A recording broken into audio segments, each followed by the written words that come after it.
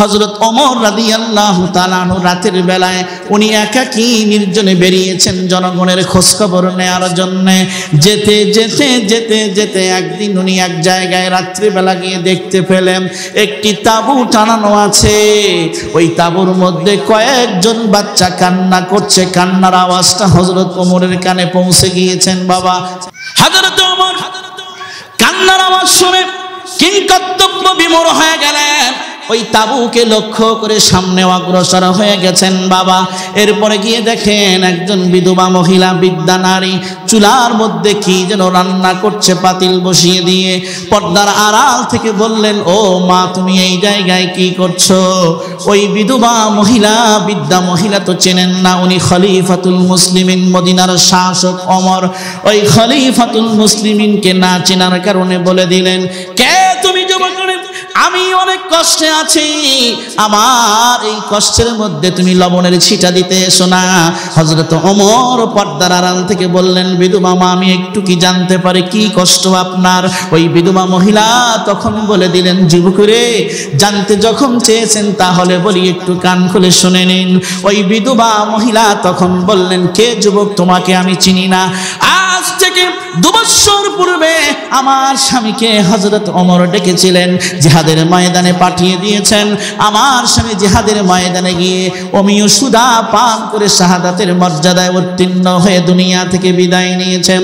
কিন্তু 2টি বছর হয়ে গেল, আমার স্বামী মারা যাওয়ার পর থেকে অদ্যাবধি এই খলিফাতুল মুসলিমিন ওমর নামক জালিম শাসকটা একদিনের জন্য আমি বিধবার খোঁজ নিতে আসে নাই, আমার সন্তানদের খোঁজ নিতে আসে নাই।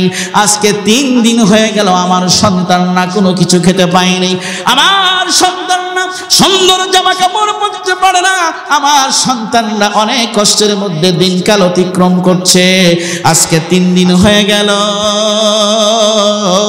আমার সন্তানদের মুখে আমি কোনো খাবার তুলে দিতে পারিনি। আজকে রাত্রে বেলা আমার সন্তান আমাকে ডাক দিয়ে বলে, মা মা, আজকে রাত্রের মধ্যে যদি কোনো খাবার আমাদের পেটের মধ্যে না যায়, হয়তো বা আমাদেরকে আর বাঁচিয়ে রাখতে পারবেন না, আমরাও বাবার কাছে চলে যাব। এই জন্য সন্তানদেরকে সান্ত্বনা দেওয়ার জন্য পাতিলের মধ্যে কিছু পানি আর পাথরের টুকরা দিয়ে আমি নিজ দিয়ে জাল দিচ্ছি। আর সন্তানদেরকে আমি সান্ত্বনা দেওয়ার ভান করে পাতিলকে লক্ষ্য করে মনে মনে বলি, পাতিল রে, সকাল হওয়ার আগ মুহূর্ত পর্যন্ত যদি তুই পাতিলের ভেতরে খাবারের বন্দোবস্ত না হয়, আমি দুঃখিনী মা আমার সন্তানদের কাছে বড় মিথ্যাবাদী হয়ে যাব। অনাহারে থাকার কারণে আমার সন্তান হয়তো বা দুনিয়া থেকে বিদায় নিয়ে চলে যাবে। এই কথা শুনে হযরত ওমর চোখের পানি ছেড়ে দিলেন, বললেন, মা, আমি তোমাদের খেদমত করতে চাই। এই কথা বলে দ্রুত বেগে চলে গেলেন মদিনার বাইতুল মালে। বাইতুল মালের মধ্যে গিয়া বস্তা নিয়া এই বস্তার মধ্যে আটা ভর্তি করে গোলাম আসলামকে ডাক দিয়ে বললেন, গোলাম আসলাম রে, আটার বস্তাটা আমি ওমরের পিঠের মধ্যে উঠিয়ে দাও, আমি ওমরের পিঠের মধ্যে তুলে দাও। তখন গোলাম আসলাম বললেন, না না না জাহাপনা, আমি গোলাম থাকতে আপনার পিঠের মধ্যে আটার বস্তা ওঠানো হবে তা কোশ্চিন কালেও আমি মেনে নিতে পারবো না। হযরত ওমর বললেন, তোমার পিঠে আমি আটার বস্তা উঠিয়ে দেব, একটি শর্ত যদি তুমি মানতে পারো। গোলাম আসলাম বললেন, কি শর্ত আপনি বলুন, আমি মানতে রাজি আছি। হযরত ওমর তখন বলে দিলেন, আসলাম রে, শোনো শোনো শোনো, কিয়ামতের ময়দানে আমি ওমরের পিঠের উপর যখন আল্লাহ রাব্বুল আলামিন জনগণের খেদমত না করার কারণে গুনাহের বস্তা আমার পিঠের মধ্যে উঠিয়ে দিবে, ওই মুসিবতের দিনে কি তুমি আমার গুনার বস্তাটা বহন করবানি বলো? গোলাম আসলাম কিংকর্তব্য বিমূঢ় হয়ে গেলেন, চোখের পানি ছেড়ে দিয়েছে। বাবা গোলাম আসলাম জবান বন্ধ করে ফেলেছে। হযরত ওমর নিজের পিঠের মধ্যে আটার বস্তা নিয়ে রওনা করেছেন। বাবা তাই তো কবি বলেন, কার হুকুমে খলিফা ওমর, কার হুকুমে খলিফা ওমর বুঝলো জীবনের ভুল,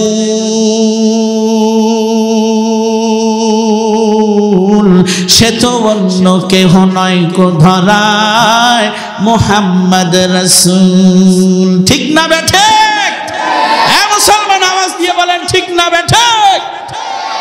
আরে কার হুকুমে খলিফা ওমর বুঝলো জীবনের ভুল, সে তো অন্য কেহ নয় কো ধরায় মুহাম্মদ রাসূল। অর্ধেক পৃথিবী করিতেন শাসন, তালি দেওয়া জামা গায়ে, আটার বস্তা পিঠে করে নিয়া সেবিলেন দুস্থ মায়ে। অর্ধ পৃথিবী করিতেন শাসন, ধুলার তখ্তে বসে,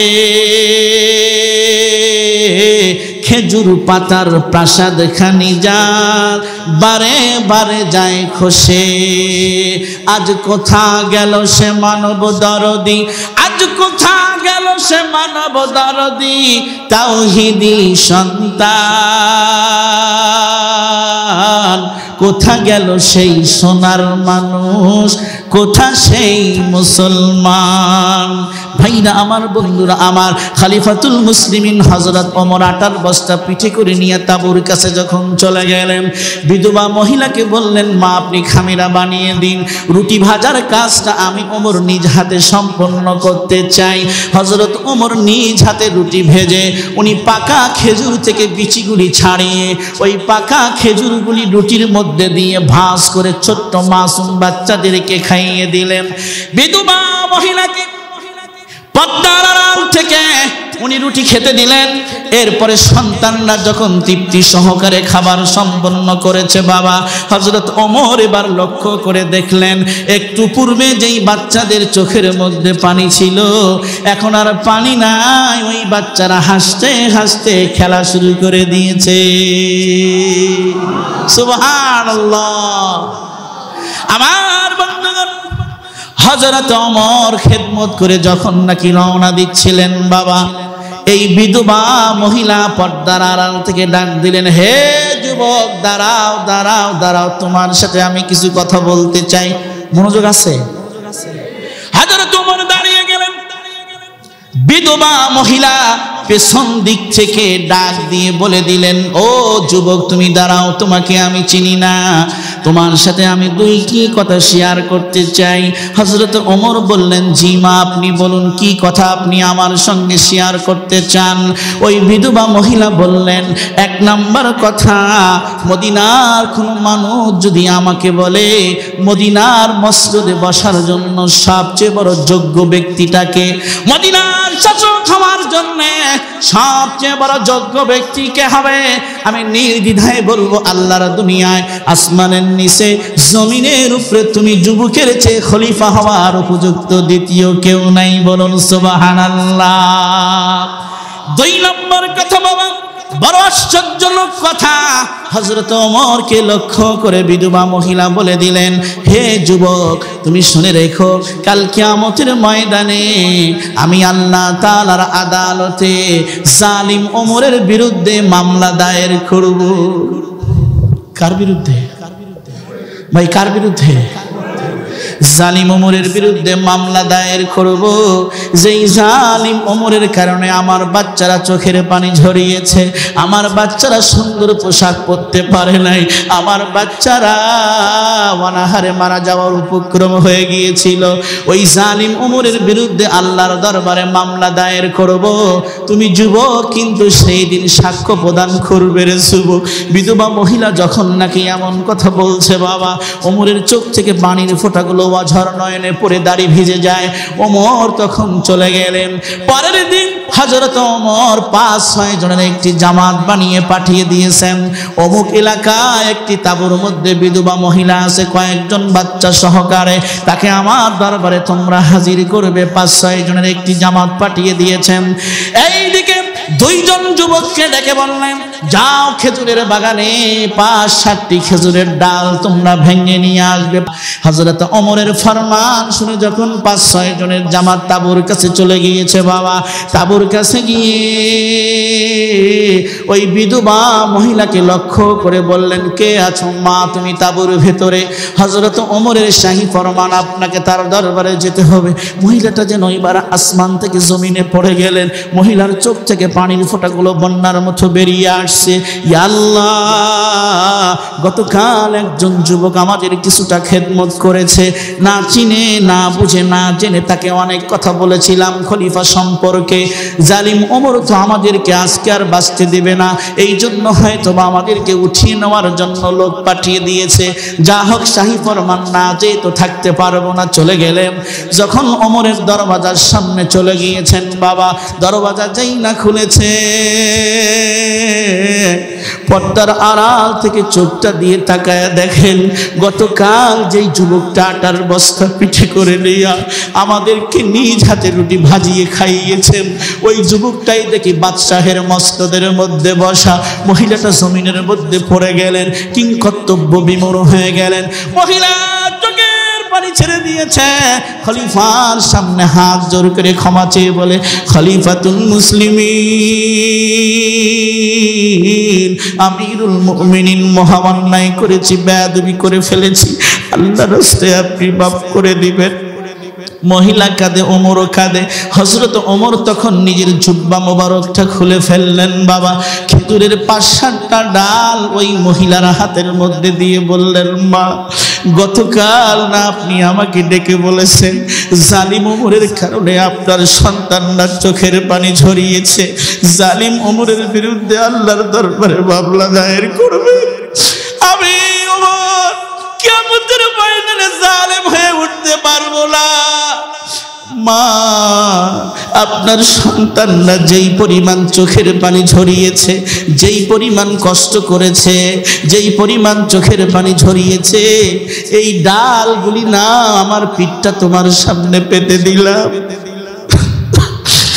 আমার পিঠটা তোমার সামনে পেতে দিলাম।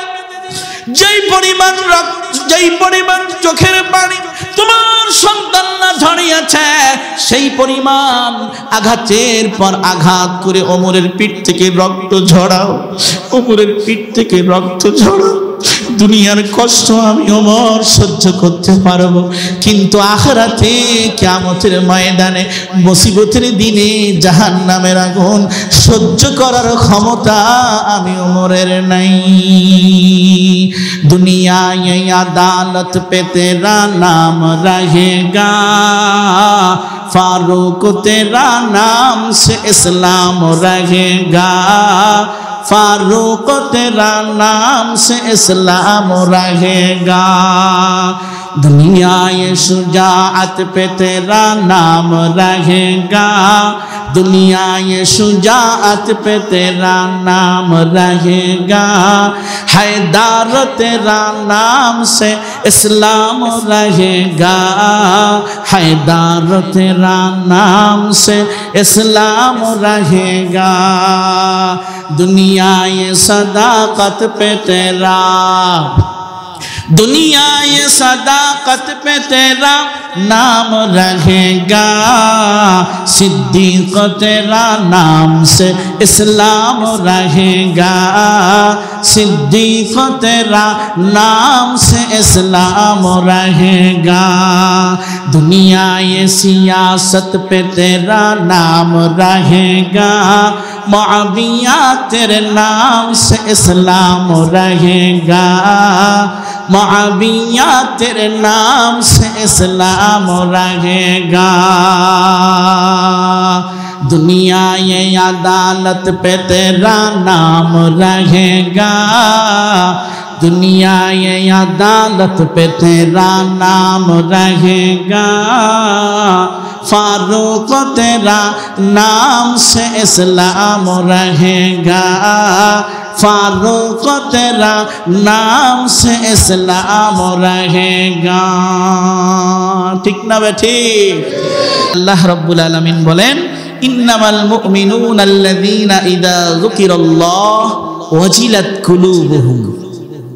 ईमानदार হচ্ছে তারা যখন ईमानदाরের সামনে আল্লাহ তাআলার জিকির করা হয়। কি করা হয় বাবা? সবাই একটু আওয়াজ দিবেন। কি করা হয়? জিকির করা হয়, আল্লাহ পাকের বরত্ব বর্ণনা করা হয়, আল্লাহ তাআলার রুবুবিয়্যতের কথা বলা হয়, তখন ঈমানদারের হৃদয় কেঁপে ওঠে। বলুন সুবহানাল্লাহ। আল্লাহ রাব্বুল আলামিন বলেন ইন্নামাল মুমিনুনা আল্লাযীনা ইযা যুকিরাল্লাহু ওয়াজিলাত কুলুবুহুম।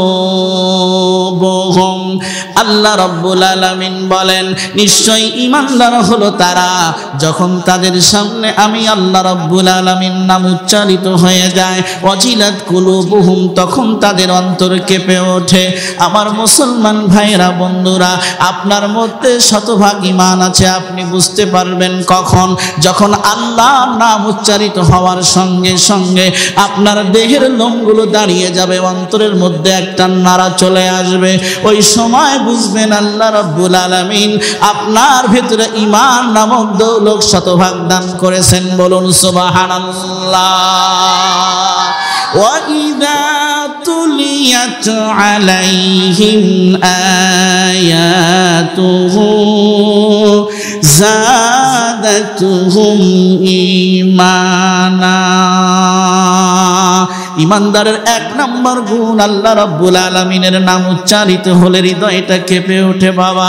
দুই নম্বর গুণ, ঈমানদারের সামনে যখন কোরআনুল কারীম তেলাওয়াত করে শোনানো হয়, ওই ঈমানদারের ঈমান আল্লাহ রাব্বুল আলামিন বাড়িয়ে দেন। বলুন সুবহানাল্লাহ। এক নম্বর গুণ কি? যখন জিকির করা হয় ঈমানদারের অন্তর কেঁপে ওঠে। বলুন সুবহানাল্লাহ।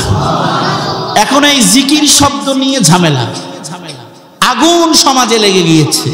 শহরে বলেন, রাজধানীতে বলেন, লোকাল শহরগুলোতে বলেন, প্রত্যন্ত অঞ্চলগুলোতে বলুন, সব জায়গায় জিকির নিয়ে ভেজাল। একদল শুধু আছে জিকির নিয়ে, বলে নামাজ লাগবে না, রোজা লাগবে না, পর্দা পুশিদা লাগবে না। তারা কি বলে? পানির তলে মোমবাতি হিম বাতাসে নেবে না, পীরের কাছে মুরিদ হইলে নামাজ রোজা লাগে না। কি ভাই, নামাজ রোজা যদি লাগে না পীরের কাছে গেলে, এইরকম পীর হক্কানি না ঠক্কানি? আওয়াজ দিতে হবে, এরা কি হক্কানি হতে পারে?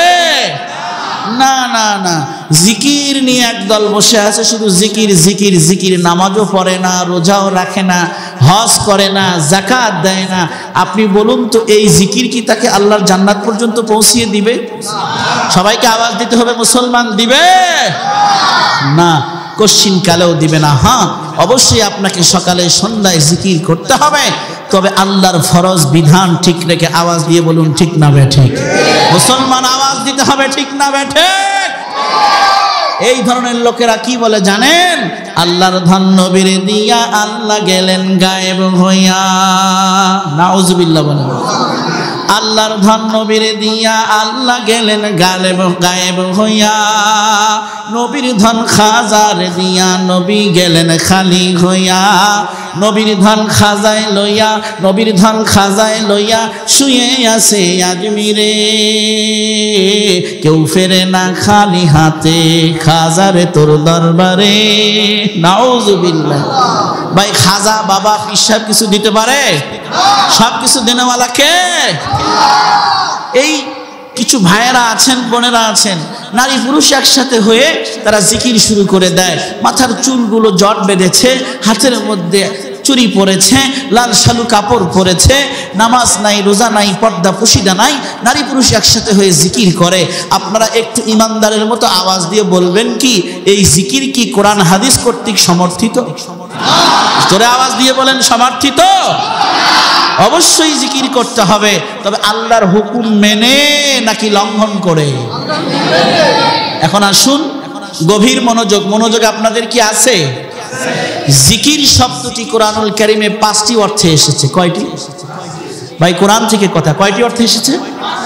5টি অর্থে জিকির শব্দটি এসেছে। এক নম্বর, জিকির শব্দের অর্থ হচ্ছে স্মরণ। সকলে বলুন তো কি বাবা? এখান থেকে আপনাদেরকে কিছু নিয়ে যেতে হবে। জিকির শব্দের অর্থ কি? আমি আপনাদেরকে জিজ্ঞেস করব, উত্তর দিতে পারবেন তো ইনশাআল্লাহ? এই 5টি আমাকে শোনাবেন। জিকির অর্থ স্মরণ।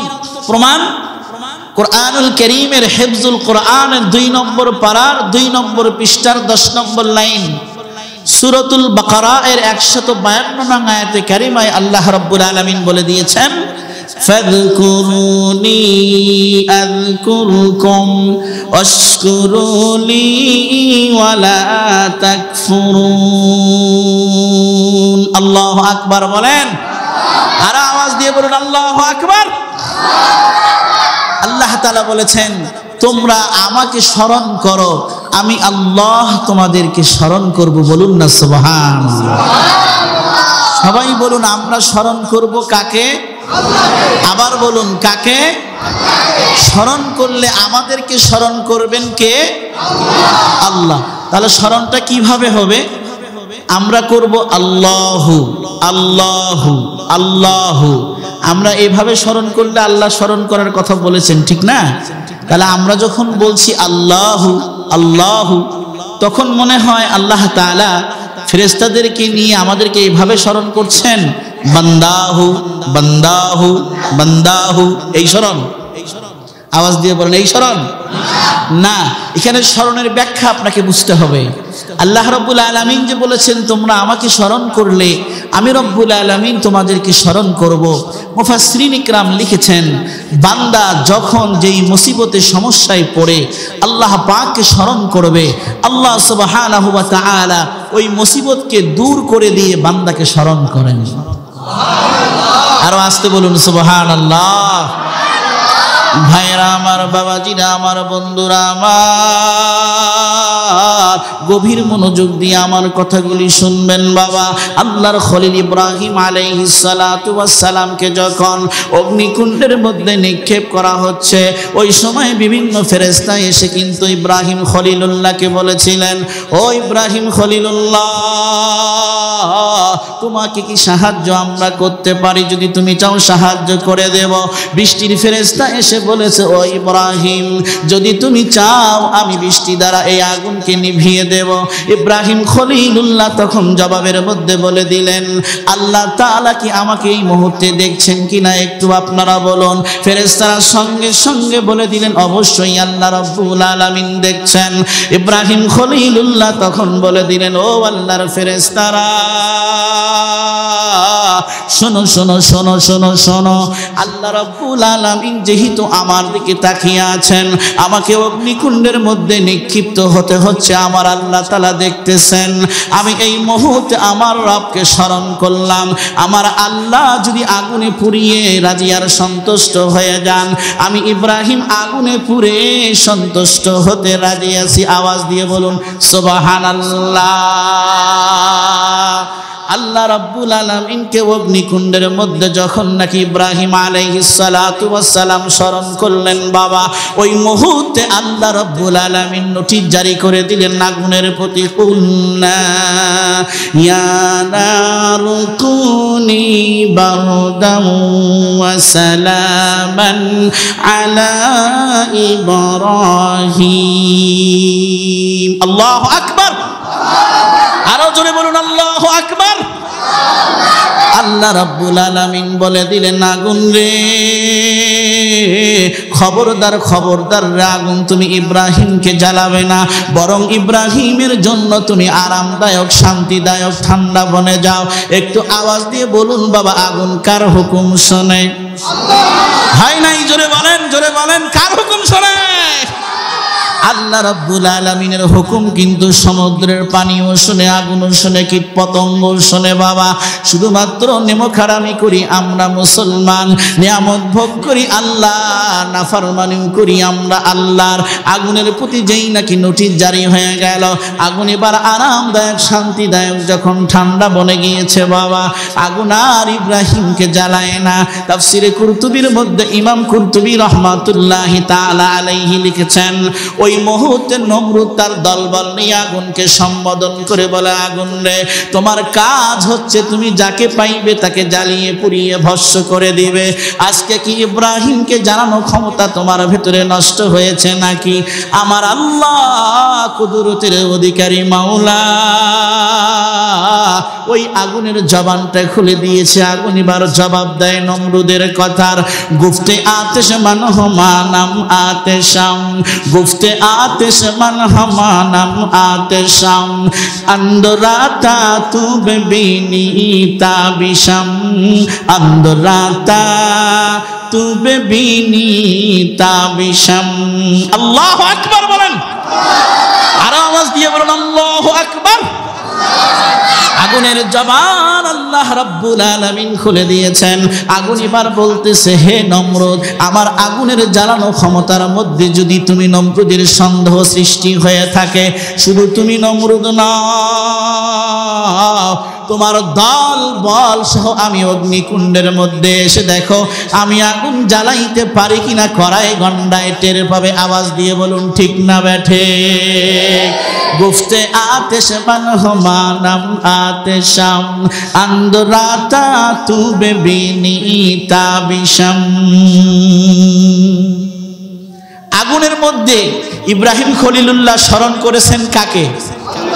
আর আগুন থেকে হেফাজত করে আগুনকে ফুল বাগিচা বানিয়ে দিয়ে আল্লাহ ইব্রাহিমকে স্মরণ করেছেন। বলুন সুবহানাল্লাহ। ইউনূস আলাইহিস সালাতু ওয়াস সালাম মাছের পেটের মধ্যে স্মরণ করেছেন কাকে? আর মাছের পেট থেকে মুক্ত করে হেফাজত করে আল্লাহ ইউনূস নবীকে স্মরণ করেছেন। তাহলে জিকির শব্দের এক নম্বর অর্থ কি ভাই? সবাইকে বলতে হবে, কি বলুন? স্মরণ। এক নম্বর অর্থ কি? স্মরণ। দুই নাম্বার জিকির, আমি তাফসীর করছি না, ব্যাখ্যা করছি না, অনুবাদ করছি। দুই নাম্বার জিকির শব্দের অর্থ হচ্ছে কোরআন। সুবহানাল্লাহ বলেন। জিকির শব্দের অর্থ কি? হেফজুল কোরআনের 14 নম্বর পারা, প্রথম পৃষ্ঠা, 8 নম্বর লাইন, সূরাতুল হিজরের 9 নং আয়াতে কারিমায় আল্লাহ তাআলা বলে দিয়েছেন, ইন্না নাহনু নাযালনা যিকরা ওয়া ইন্না লাহু লাহাফিযুন। আল্লাহু আকবার বলেন। আল্লাহ তাআলা বলেন, নিশ্চয় আমি আল্লাহ জিকির নাজিল করেছি তথা কোরআন। জিকির মানে কি? সবাই বলুন, জিকির মানে কি? আমি জিকির নাজিল করেছি, এর হেফাজতের জিম্মাদার স্বয়ং আমি আল্লাহ। বলুন না সুবহানাল্লাহ। তাহলে 2 নম্বরে জিকির অর্থ কি পেলাম? কোরআন পেলাম। 3 নম্বর জিকির অর্থ আল্লাহর বিধান। বলুন তো বাবা, জিকির অর্থ কি?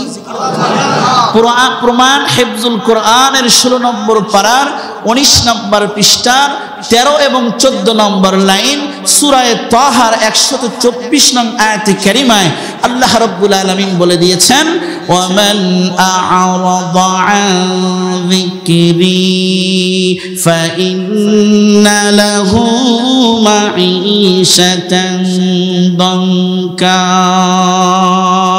আল্লাহু আকবার। আল্লাহ তাআলা বলেন, যারা আমার বিধান থেকে বিমুখ হবে, আমার জিকির থেকে বিমুখ হবে, আমি তাদের জীবনকে সংকুচিত করে দেব। বলুন নাউযুবিল্লাহ। ওয়া নাহশুরুহু ইয়াউমাল কিয়ামাতি আ'মা। কিয়ামতের ময়দানে আমি রব্বুল আলামিন তাদেরকে অন্ধ বানিয়ে উঠাবো। বলুন নাউযুবিল্লাহ। তাহলে 3 নম্বর জিকির অর্থ বিধান। বলুন তো জিকির অর্থ কি? আবার বলুন, 1 নম্বর জিকির অর্থ কি? সবাই বলুন, স্মরণ। কার স্মরণ? 2 নম্বর জিকির অর্থ কি পেলাম? আল্লাহর কোরআন। যে কোরআন তেলাওয়াত করে সে জিকিরে মশগুল থাকে। বলুন সুবহানাল্লাহ। 3 নম্বর জিকির অর্থ কি পেলাম? আল্লাহর বিধান। 4 নম্বর জিকির অর্থ হচ্ছে নসিহত, উপদেশ। জিকির অর্থ কি? প্রমাণ হেফজুল কোরআন 27 নম্বর পারা 2 নম্বর পৃষ্ঠার 4 নম্বর লাইন, সূরাতুল দারিয়াতের 55 নং আয়াতে কারিমায় আল্লাহ সুবহানাহু ওয়া তাআলা বলেছেন, ওয়া যাক্কির ফাইন্নায যিকরা তানফাউল মুমিনিন। আল্লাহু আকবার বলেন। আল্লাহ রাব্বুল আলামিন বলেন, হাবিব আমার, আপনি উপদেশ দিতে থাকুন, নিশ্চয় উপদেশ মুমিনের উপকারে আসে। 4 নম্বর আমরা জিকির অর্থ পেলাম বাবা, উপদেশ।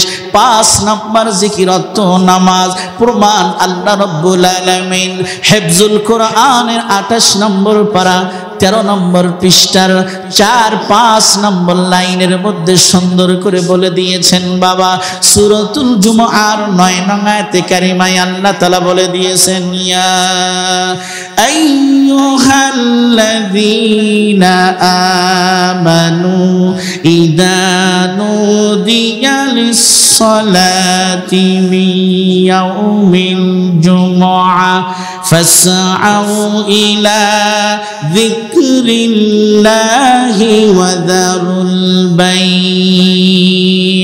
হে ঈমানদারগণ, যখন জুমার দিনে মসজিদ থেকে আযানের আওয়াজ তোমাদের কর্ণকুহরে পৌঁছে যায়, যখন জুমার দিনে মুয়াজ্জিনের আহ্বান তোমাদের কানে এসে পৌঁছে যায়, ফাসআউ ইলা যিকরিল্লাহ, আল্লাহর জিকিরের জন্য রওনা হয়ে যাও।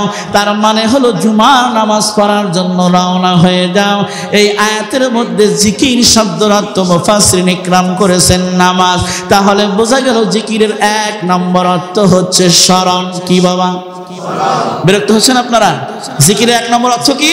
স্মরণ। 2 নম্বর অর্থ কি? কোরআন। 3 নম্বর অর্থ কি? বিধান। 4 নম্বর অর্থ কি? উপদেশ। 5 নম্বর জিকির অর্থ নামাজ।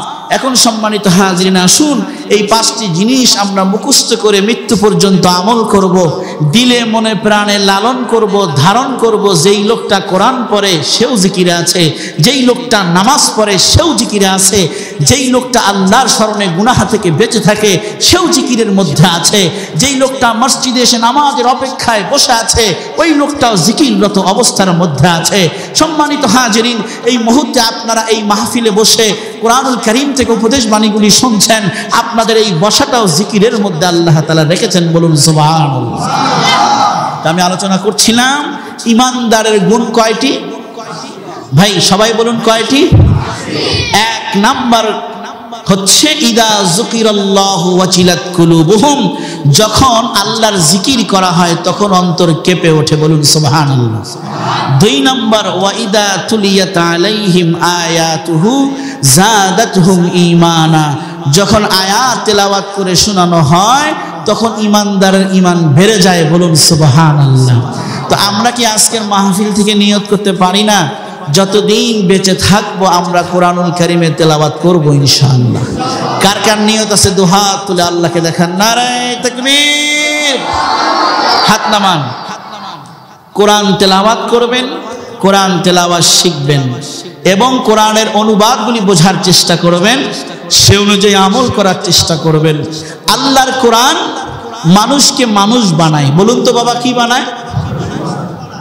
দেখবেন রাস্তাঘাটে মা বোনরা যখন স্কুলের দিকে চলে যায়, অনেক সুশিক্ষিত হয়েছে কিন্তু হিজাব পরে না, ওড়নাটা গলার মধ্যে ঝুলিয়ে রাখে। অনেকে তো মাফলার ওড়নাটা পেছন দিকে ছেড়ে দেয়, পুরা দেহটাকে খালি রাখে। বলুন তো এই কলেজ আর ইউনিভার্সিটি পড়ুয়া মেয়েটা, এই মেয়েটা শিক্ষিতা না অশিক্ষিতা? শিক্ষিতা না? কিন্তু আসলে জাগতিক শিক্ষা তার ভিতরে আছে, আল্লাহর কোরআনের শিক্ষা নাই। আল্লাহর কোরআনের শিক্ষা না থাকার কারণে সে প্রকৃত অর্থের মানুষ হতে পারে নাই।